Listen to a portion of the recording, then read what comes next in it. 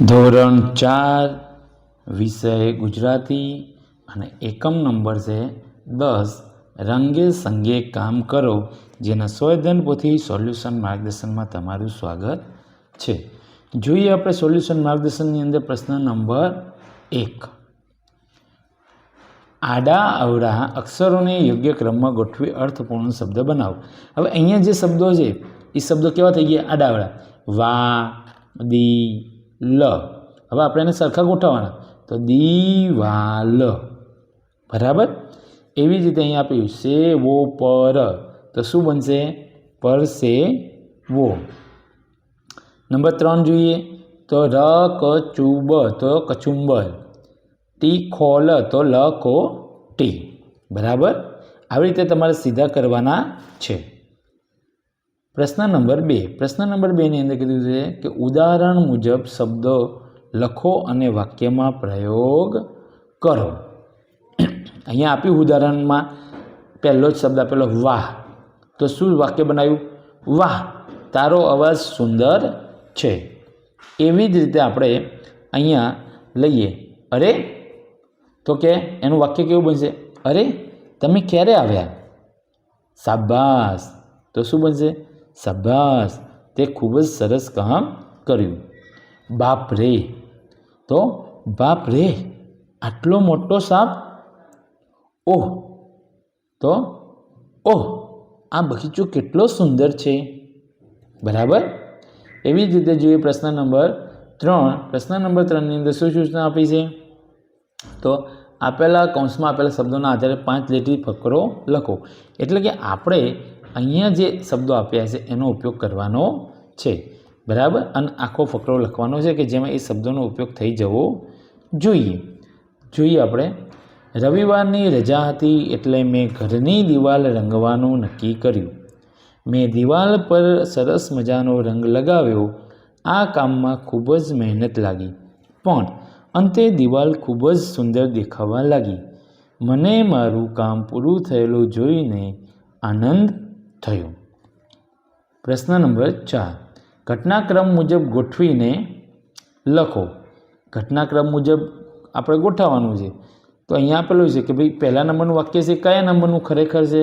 ત્રીજા નંબરની ઘટના બને છે. અને જે ચોથા નંબરનું વાક્ય છે એ પહેલી ઘટના બને છે. તો જે પહેલું ઘટના બની હોય એ આપણે પહેલી લખવાની, બીજી ઘટના બની હોય બીજી લખવાની, ત્રીજી હોય ત્રીજી લખવાની, ચોથી હોય ચોથી લખવાની, અને પાંચમી હોય આપણે પાંચમી લખવાની છે. જોઈએ તો અહીંયા આપણે પાંચેય ઘટનાઓના ક્રમ અનુસાર લખી શકાય. જોઈએ કે એમાં નંબર 1. ભારે હૈયે તેણે ચૂનાની ડોલ ઉઠાવી. નંબર 2. હવે ટોમ પાસે માત્ર 2 જ કામ હતા. નંબર 3. બિચારો બેન પરસેવે રેબઝેબ થઈ ગયો. નંબર 4. બધા રવિવારે ટોમની મજાક ઉડાડવા આવ્યા હતા. નંબર 5. દિવાલ તો આખી રંગાઈ ગઈ. બરાબર. જોઈએ પ્રશ્ન નંબર 5. પ્રશ્ન નંબર 5ની અંદર કીધું છે કે સાચા વિધાનો સામે ખરાની નિશાની અને ખોટા વિધાન સામે ખોટાની નિશાની કરો. એમાં નંબર 1. રવિવાર એટલે રજાનો દિવસ. સાચું. બેનના હાથમાં એક મોટું લાલ ચટક ટમેટું હતું. ખોટું. બધા મિત્રો રવિવારે ટોમની મજાક ઉડાડવા આવ્યા હતા. સાચું. બપોર સુધીમાં દિવાલ 2 વાર રંગાઈ ચૂકી હતી. ખોટું. ટોમે ટોપલીમાંથી સૌથી મોટું સફરજન લીધું. સાચું. જોઈએ પ્રશ્ન નંબર 6, જેની અંદર કીધું છે કે નીચેના વાક્યોમાં ટોમ દ્વારા બોલાયેલા વાક્યો સામે ટી અને તેના ભાઈબંધ બેન દ્વારા બોલાયેલા વાક્યોમાં સામે બી નિશાની કરો. જોઈએ એમાં નંબર 1. પહેલું જોઈએ તો કે ટોમ. વાહ ટોમ, સોયર રવિવારના દિવસે કામ. એ બોલે છે બેન, એટલે આપણે બી લખ્યો. તું આને કામ કહે છે? ટોમ એટલે ટી. ટોમ, હું તને અડધું સફરજન આપીશ. બેન એટલે બી. તું જા ભાઈ, મને સારું કામ કરવા દે. ટોમનો ટી. ટોમ બોલે છે એટલે માસી હવે હું રમવા જાઉં. તો આ બોલે છે ટોમ એટલે ટી. બરાબર. પ્રશ્ન નંબર 7. પ્રશ્ન નંબર 7ની અંદર સૂચના આપી છે કે તમને ગમતા કામ વિશે 5-6 વાક્યો લખો. તમને જે ગમતું હોય એના વિશે લખવાનું. અહીંયા ઉદાહરણ સ્વરૂપે આપેલું છે કે મને વાંચન કરવું ખૂબ જ ગમે છે. મને નવી વાર્તાઓ અને કવિતાઓ વાંચવી ગમે છે.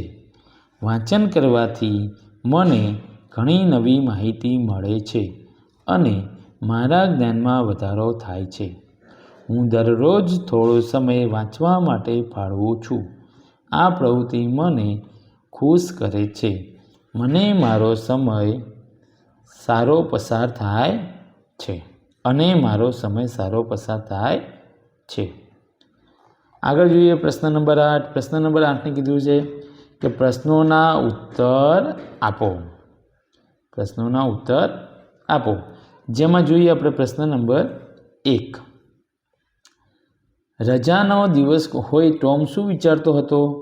રજાનો દિવસ હોય ટોમ વિચારતો હતો કે આજે સ્કૂલ નથી, લેસન નથી, બસ આરામ કરો અને રમવા જાઓ.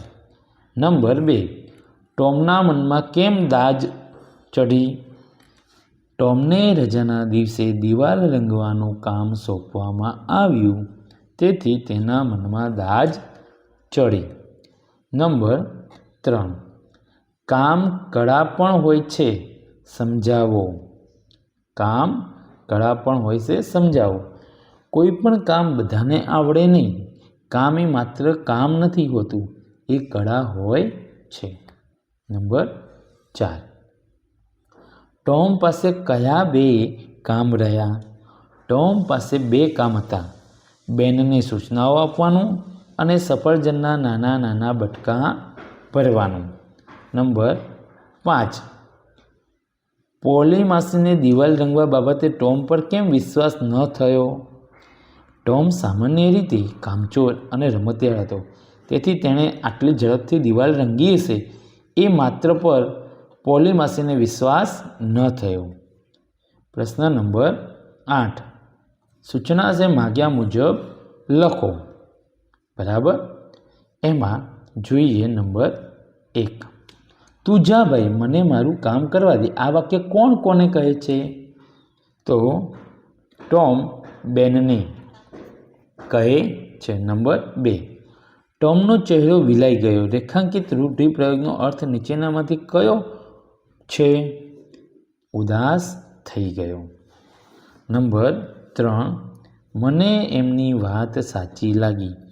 લીટી કરેલ શબ્દનો વિરોધાર્થી શબ્દ મૂકી વાક્ય ફરીથી લખો. મને એમની વાત ખોટી ન લાગી. નંબર 4. ટોમના મિત્રો તેની મસ્કરી કરવા ઈચ્છતા હતા. લીટી કરેલ શબ્દનો સમાનાર્થી શબ્દ મૂકી વાક્ય ફરીથી લખો. ટોમના મિત્રો તેની મજાક ઉડાડવા ઈચ્છતા હતા. અહીંયા આ એકમનું સ્વઅધ્યયન પોથી સોલ્યુશન માર્ગદર્શન પૂર્ણ થાય છે. આવા જ માર્ગદર્શનપૂર્ણ વિડીયો મેળવવા માટે અને અમારી સાથે જોડાયેલા રહેવા માટે અમારી ચેનલને આજે જ સબસ્ક્રાઈબ કરો. આવજો.